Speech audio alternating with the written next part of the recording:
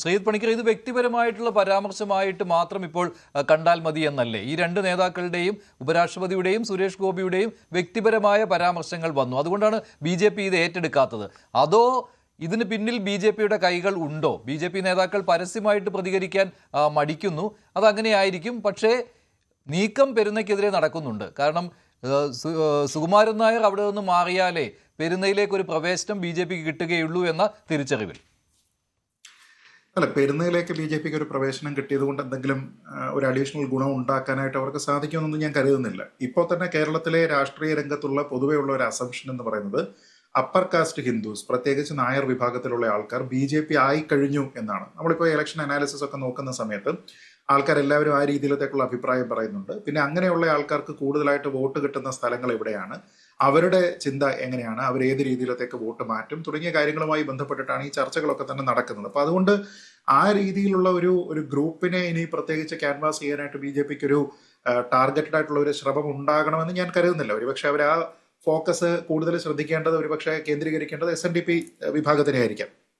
കാരണം അവിടെ നിന്നാണ് ഒരു വലിയ ഒരു പോച്ചിങ് എന്ന രീതിയിലത്തേക്ക് നടക്കുന്നു എന്ന് CPM പോലും അവരുടെ റിപ്പോർട്ടുകളിൽ തന്നെ ആശങ്ക പറഞ്ഞിട്ടുള്ളത്. അപ്പൊ ഈ ഒരു ഫാക്ട് എന്താണെന്ന് വെച്ചാൽ ഇവരെല്ലാവരും നേരത്തെ ശ്രീ ജേക്കബ് ജോർജ് പറഞ്ഞതുപോലെയാണെന്നുള്ള ഒരു അഭിപ്രായം എനിക്കില്ല. കാരണം അതിപ്പോ നേരത്തെ ഉണ്ടായിരുന്ന ശ്രീ നാരായണ പണിക്കരാണെങ്കിലും അതിന് ശേഷം വന്ന ശ്രീ സുകുമാരൻ നായരാണെങ്കിലും ഇവരൊന്നും തന്നെ BJPയുടെ വളർച്ചയെ റെസിസ്റ്റ് ചെയ്തു എന്ന രീതിയിലത്തേക്ക് ഒരു കേരള രാഷ്ട്രീയ ചരിത്രവും അവരെ അടയാളപ്പെടുത്തുമെന്ന് ഞാൻ കരുതുന്നില്ല. കാരണം അവരവിടെ നിൽക്കുന്ന സമയത്ത് തന്നെയാണ് ഇവിടെ BJPക്ക് വലിയ വളർച്ച ഉണ്ടായിരിക്കുന്നത്. അവരുടേതായിട്ടുള്ള വ്യക്തിപരമായിട്ടുള്ള നിലകളിൽ അവർ ചിലപ്പോൾ ആൾക്കാരെ വെറുപ്പിച്ചിട്ടുണ്ടാകാം ഈ രീതിയിലത്തേക്കുള്ള ചില. പക്ഷേ ഈ രാഷ്ട്രീയ നിരീക്ഷകരൊക്കെ അങ്ങനെയാണ് പറയുന്നത്, BJPയെ തടഞ്ഞു നിർത്തിയത് നാരായണ പണിക്കരും G സുകുമാരൻ നായരുമാണെന്ന്.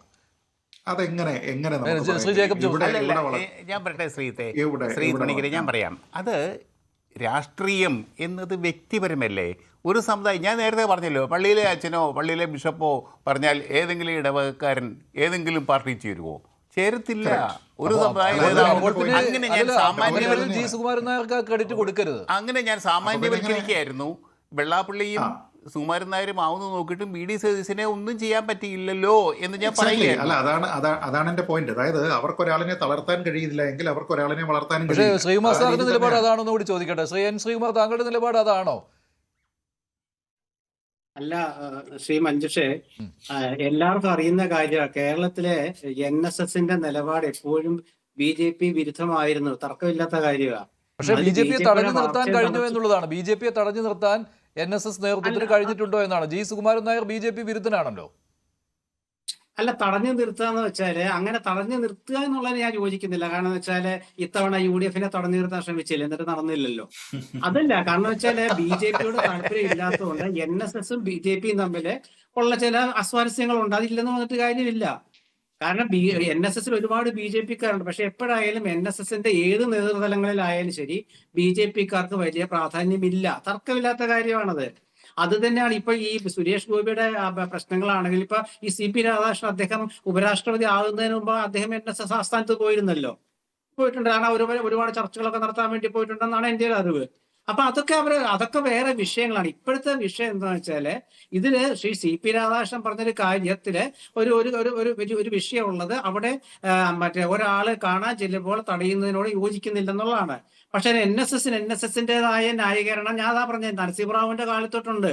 അപ്പൊ അത് ഏതെങ്കിലും താങ്കളുടെ നിലപാട് വ്യക്തമാണ്. ശ്രീജിത് പണിക്കർ, അങ്ങനെയാണെങ്കിൽ ഇത് വെറുതെ ഞാനാണ് ഇവിടെ BJPയെ തടഞ്ഞു നിർത്തുന്നത് എന്ന് മേനി നടിക്കൽ മാത്രമേ ഉള്ളൂ. ശരി. അല്ല, തീർച്ചയായിട്ടും ആ രീതിയിലത്തേക്ക് മേനി നടിക്കാമെന്നുള്ളതല്ലാതെ ഇപ്പൊ കഴിഞ്ഞ തവണ നേരത്തെ ഇപ്പോ ശ്രീകുമാർ സാർ തന്നെ പറഞ്ഞിരിക്കുന്നത് അതേ പോയിന്റ് തന്നെയാണ്. അതായത് ഇത്തവണ ഒരുപക്ഷെ UDFനെ തടഞ്ഞു നിർത്തുന്നതിന് വേണ്ടിയിട്ടാണ് അവർ ശ്രമിച്ചത്. പക്ഷെ തടഞ്ഞു നിർത്താൻ പോയ ആൾക്കാരൊക്കെ ആവിയായി പോകുന്നതാണ് നമ്മൾ കണ്ടത്.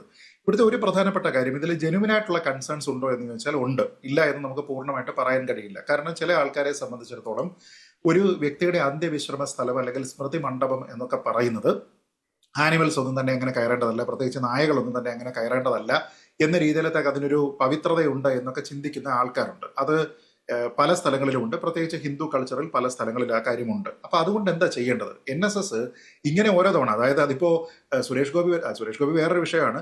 പക്ഷേ പിന്നെ ഉപരാഷ്ട്രപതി വരുന്നു, നാളെ വേറെ ആരെങ്കിലും വരുന്നു, ആ സമയത്തെല്ലാം തന്നെ ഇങ്ങനെ ഒരു കൺഫ്യൂഷൻ ഉണ്ടാക്കുകയും അത് NSSന് തന്നെ പ്രതിച്ഛായയ്ക്ക് മോശമാക്കുന്ന രീതിയിലത്തേക്കുള്ള പരാമർശങ്ങൾ ഉണ്ടാക്കുന്നതിന് പകരം എന്താ ചെയ്യണ്ടേ? വളരെ കൃത്യമായിട്ടുള്ള ഡീറ്റെയിൽഡ് ആയിട്ടുള്ള ഒരു പ്രോട്ടോകോൾ അവർ പബ്ലിഷ് ചെയ്യുക. ആ പ്രോട്ടോകോളിൽ അവർ പറയുക, ഇവിടെ നായകളെ കൊണ്ടുവന്നിട്ട്, സ്നിഫർ ഡോഗ്സിനെ ഒന്നും കൊണ്ടുവന്നിട്ട് സർവെയിലൻസ് പറ്റില്ല, മറ്റുള്ള മാനുവൽ ആയിട്ടുള്ള മറ്റു മാർഗ്ഗങ്ങളോ മറ്റ് എക്യുപ്മെന്റുകളോ ഉപയോഗിച്ചിട്ട് നിങ്ങൾക്കത് ചെയ്യാം, അതാണ് ഞങ്ങൾ ഇവിടെ അംഗീകരിച്ചിരിക്കുന്നത്, അത് നിങ്ങൾ റെസ്പെക്ട് ചെയ്യണം എന്നവർ പറയുക. അതിനോടൊപ്പം തന്നെ നമുക്കറിയാം, പണ്ട് രാജ്ഘട്ടിലൊക്കെ ഉണ്ടായിരുന്നത് പോലെ ചെരുപ്പിട്ട് കയറുക, ഈ കാര്യങ്ങളെല്ലാം അതിന്റെ ഒരു ഗൈഡ് ലൈൻ ആയിട്ട്, ഒരുപക്ഷെ അത് ഇപ്പോൾ തന്നെ ഉണ്ടാകും, പക്ഷെ അങ്ങനെ ഇല്ല എങ്കിൽ വളരെ കൃത്യമായിട്ട് അവിടെ സന്ദർശനത്തിന് വരുന്ന ആൾക്കാർക്ക് ഇതാണ് ഇവിടുത്തെ പ്രോട്ടോകോൾ എന്ന് പറഞ്ഞിട്ട് കൊടുക്കുക. ഇത് ഒരു വശം. രണ്ട്, നമ്മുടെ നാഷണൽ മോണ്യുമെന്റ്സ് പലതിലും, പ്രത്യേകിച്ച് ഇത്തരത്തിലുള്ള ഫ്യൂണറൽ സൈറ്റുകൾ അല്ലെങ്കിൽ സ്മൃതി മണ്ഡപങ്ങൾ ഒക്കെ ഉള്ള സ്ഥലത്ത് പല രീതികളിൽ ഇതുമായിട്ട് ബന്ധപ്പെട്ട് കേന്ദ്ര സർക്കാർ ഉൾപ്പെടെ നയം സ്വീകരിച്ചിട്ടുണ്ട്. ഇപ്പൊ ഉദാഹരണത്തിന് രാജ്ഘട്ടിൽ നമുക്കറിയാം, പണ്ട് ഒബാമ വരുന്ന സമയത്ത് ഇതേപോലെ തന്നെ കുറേയധികം വിഷയങ്ങൾ ഉണ്ടായിരുന്നു. അവിടെ സ്നിഫർ ഡോഗുകൾ ആദ്യം വരണോ വേണ്ടയോ എന്നതുമായി ബന്ധപ്പെട്ട് ഇത്തരത്തിലുള്ള കൾച്ചറൽ സെൻസിറ്റിവിറ്റികളെയൊക്കെ തന്നെ പരിഗണിച്ചിരുന്നു. പക്ഷെ നമുക്കിപ്പോൾ എല്ലാവരും ശ്രദ്ധിക്കേണ്ടുന്ന ഒരു കാര്യം, ഈ G20 മീറ്റിംഗ് ഇപ്പൊ നടക്കുന്നതിന്റെ ഭാഗമായിട്ട് രാജ്ഘട്ടിൽ ഉൾപ്പെടെ K9 സ്നിഫർ ഡോഗുകൾ, 4 സ്നിഫർ ഡോഗുകളെ റൗണ്ട് ദ ക്ലോക്ക് അവിടെ ഡിപ്ലോയ് ചെയ്തിരുന്നു. രാജ്ഘട്ടിനകത്തും പുറത്തും അതിന്റെ ചിത്രങ്ങളടക്കം നമ്മുടെ നാട്ടിലെ മാധ്യമങ്ങൾ അവിടെ കാണിച്ചിരുന്നതാണ്. അപ്പോൾ വിവിധ ലോക നേതാക്കൾ വരുന്ന സമയത്ത് അതാണ് പ്രോട്ടോകോൾ എന്ന രീതിയിലത്തേക്ക് ഒരു റിസ്ക്കും എടുക്കാൻ കഴിയില്ല എന്നുള്ള ഒരു ചിന്ത കേന്ദ്ര സർക്കാരിന്റെ ഭാഗത്തു നിന്നുണ്ടായി. ഒന്ന്. രണ്ട്, നമുക്കറിയാമല്ലോ, രാജ്ഘട്ടുമായി ബന്ധപ്പെട്ടിട്ടുള്ള ബാക്കി സ്ഥലത്തിനെ എല്ലാം തന്നെ ഇനി പുതുതായിട്ടുള്ള മോണ്യുമെന്റ്സ് ഒന്നും അവിടെ തന്നെ ഉണ്ടാക്കേണ്ടതില്ല, പകരം ഇൻഡിവിജ്വൽ ആയിട്ടുള്ള എല്ലാ റിമംബറൻസ് സൈറ്റുകളായിട്ട് തന്നെ മാറ്റാമെന്ന് കേന്ദ്ര സർക്കാർ 2013 തീരുമാനിച്ച് അതിനുശേഷം ഉണ്ടാക്കിയിരിക്കുന്ന കൺസ്ട്രക്ഷന്റെ അടിസ്ഥാനത്തിൽ പിന്നീട് നടന്നിരിക്കുന്ന ഈ രാഷ്ട്രീയ സ്മൃതി സ്ഥൽ എന്ന പേര് കൊടുത്തതിന് ശേഷം അവിടെ നടന്നിരിക്കുന്ന ക്രിമേഷൻസ് ഉണ്ട്. അതിൽ IK ഗുജറാളിന്റെ AK വാജ്പേയിയുടെ ഒക്കെ ശരീരം അവിടെയാണ് ക്രിമേറ്റ് ചെയ്തിരിക്കുന്നത്. വാജ്പേയിയുടേത് മറ്റൊരു സ്ഥലത്ത്, ക്ഷമിക്കണം, പിന്നെ പ്രണബ് മുഖർജിയുടേത് മറ്റൊരു സ്ഥലത്ത് ചെയ്തതിന് ശേഷം പിന്നീട് ഒരു സ്മൃതി മണ്ഡപം പണിയുകയും ഒക്കെയാണ് ചെയ്തിരിക്കുന്നത്. ഈ സ്ഥലത്ത് ഈ വാജ്പേയിയുടെ ചടങ്ങുമായി ബന്ധപ്പെട്ടിട്ടാണെന്നാണ് എൻ്റെ ഓർമ്മ. അത് നടക്കുന്ന സമയത്ത് അവിടെ ഡൽഹി പോലീസിന്റെ ഡോഗ് സ്ക്വാഡ് അവിടെ കംപ്ലീറ്റ്ലി ഇൻസ്പെക്ട് ചെയ്തിരുന്നു. കാരണം അവിടെ നിരവധി ആൾക്കാർ വരുന്നതാണ്. അപ്പൊ ഈ രാഷ്ട്രീയ സ്മൃതി സ്ഥലിൽ ഡോഗ് സ്ക്വാഡിനെ ഡൽഹി പോലീസ്, ബോംബ് ഡിറ്റക്ഷൻ സ്ക്വാഡും ഡോഗ് സ്ക്വാഡും ഡൽഹി പോലീസ് ഇവിടെ കൊണ്ടുവരുന്നു. അപ്പൊ ഞാൻ പറഞ്ഞത്, ഇതിന്റെ പ്രോട്ടോകോൾ എന്താണ് എന്നതുമായി ബന്ധപ്പെട്ട് വളരെ കൃത്യമായിട്ട് അത് ഫോർമുലേറ്റ് ചെയ്യുക. പിന്നെ ഈ വരുന്ന നായകളൊക്കെ സാധാരണ രീതിയിലത്തേക്കുള്ള ഒരു നായ എന്ന രീതിയിലത്തേക്ക് കൊടുക്കുന്നതല്ല. ഇതിന് റാങ്ക് ഉള്ളതാണ്, ഇതിന് പ്രോട്ടോകോൾ ഉള്ളതാണ്, ഇതിന് ഓഫീസർ റാങ്ക് ഉള്ളതാണ്, അങ്ങനെ പല രീതികളിലേക്ക് അതിന് രാഷ്ട്രത്തിന്റെ ഒരു സൈനികൻ എന്ന രീതിയിലത്തേക്ക് തന്നെ കരുതുന്ന ഒരു പ്രത്യേക ഡെക്കറേഷൻ ഉള്ള ഒരു തരം നായകളാണ്. അപ്പൊ അതുകൊണ്ട് അതുമായി ബന്ധപ്പെട്ടിട്ട് ഈ രണ്ട് ഭാഗത്തിനും ചർച്ച ചെയ്ത് വളരെ കൃത്യമായി ഉചിതമായിട്ടുള്ള തീരുമാനങ്ങൾ എടുക്കാൻ കഴിയുന്നതാണ്. അതല്ലാതെ ഒരാളിന്റെ ഈഗോയുടെ അടിസ്ഥാനത്തിൽ ഞാൻ പറയുന്നത് അനുസരിച്ചിട്ട് മാത്രം ആൾക്കാർ ഇവിടെ വന്നാൽ മതി എന്ന രീതിയിലത്തേക്ക് പറയാനായിട്ട് ഇത് ഒരാളിന്റെയും തറവാട്ട് സ്വത്തല്ല എന്നുള്ളതാണ് വസ്തുത.